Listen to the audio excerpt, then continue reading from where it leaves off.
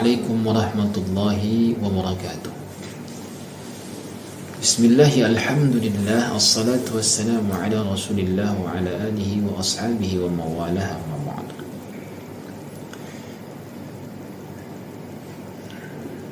Para pemirsa yang budiman,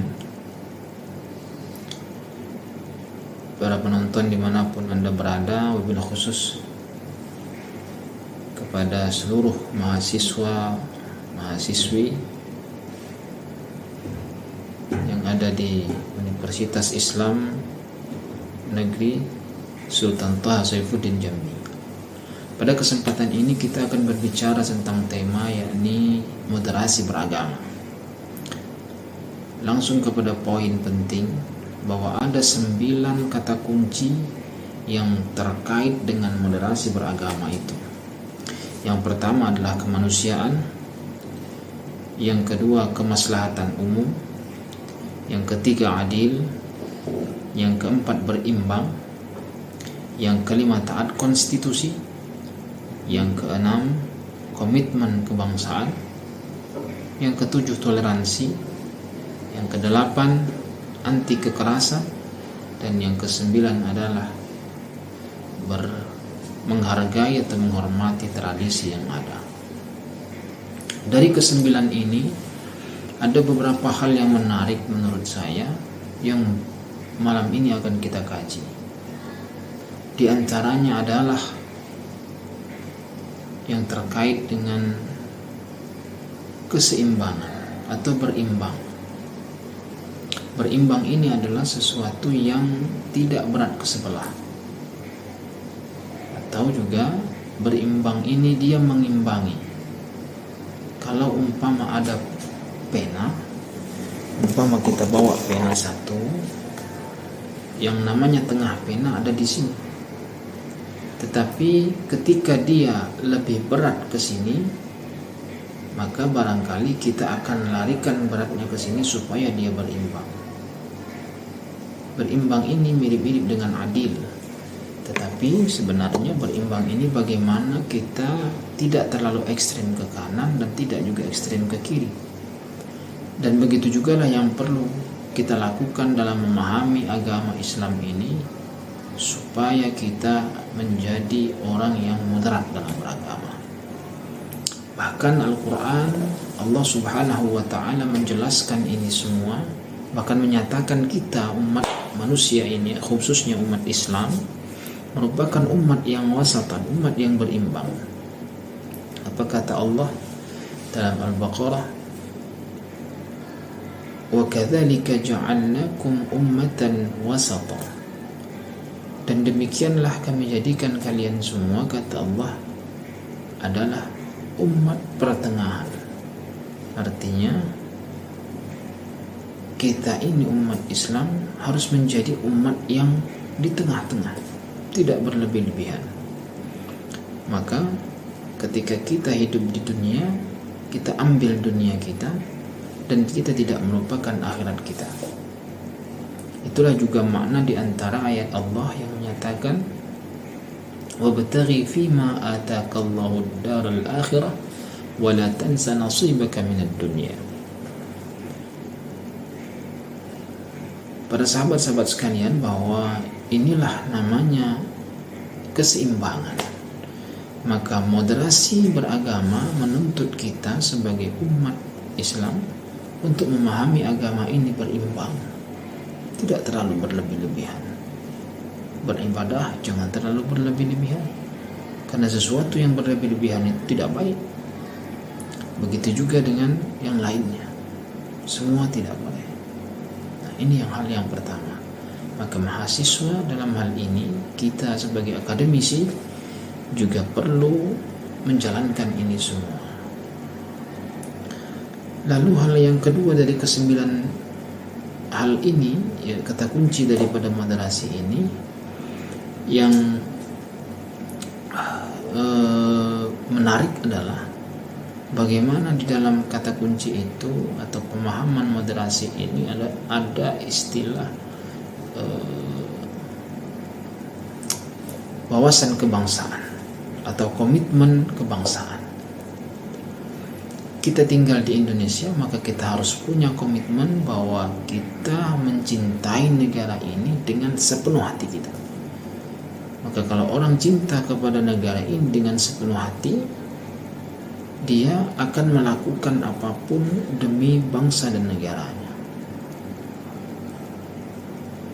Dalam sejarah riwayat-riwayat Rasulullah Sallallahu Alaihi Wasallam juga mencontohkan, memberikan motivasi dan juga contoh-contoh kepada kita umatnya untuk selalu menjadi manusia yang cinta akan negaranya, manusia yang cinta akan tanah airnya.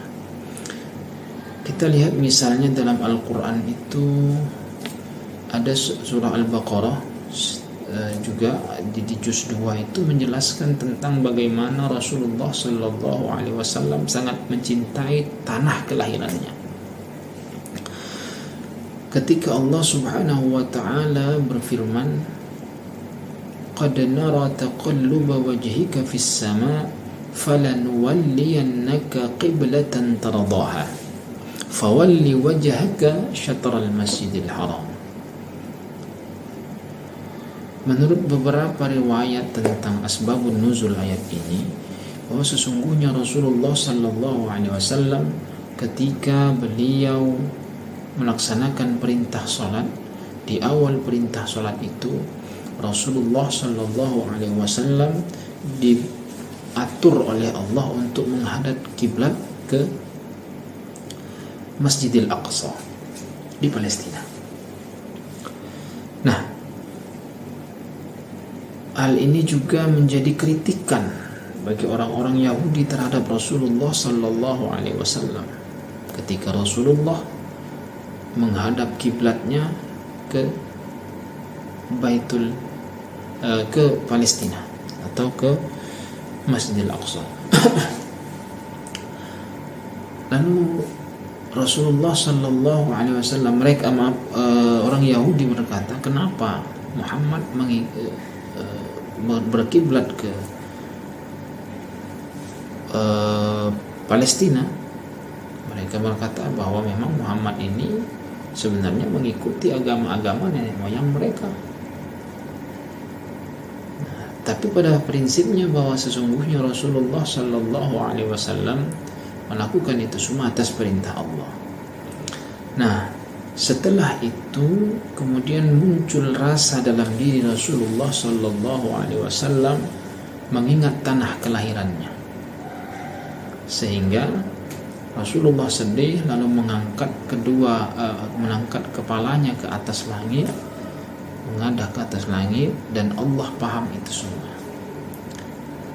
Lalu Rasulullah Sallallahu Alaihi Wasallam mendapatkan ayat Al-Quran, atau turunlah ayat Al-Quran surah Al-Baqarah yang menyatakan, kata Allah, "Qad nara taqalluba wajhika fis sama' falanuwalliyannaka qiblatan tardaha fawalli wajhaka syatral masjidil haram wa haitsuma kuntum fawallu wujuhakum syatrah." Jadi kata Allah Subhanahu wa Ta'ala, seolah-olah Allah ingin mengatakan begini, Muhammad, kami mengetahui bahwa engkau sedih, engkau teringat akan tempat kelahiranmu, engkau teringat akan di mana bangsamu, engkau teringat akan orang-orang yang ada di sekitarmu dahulu. Maka mulai saat ini, kata Allah, supaya kau tak sedih lagi, kau cinta kepada tempat kelahiranmu, maka hadapkanlah wajahmu saat ini ke Masjidil Haram di Makkah Al-Mukarramah.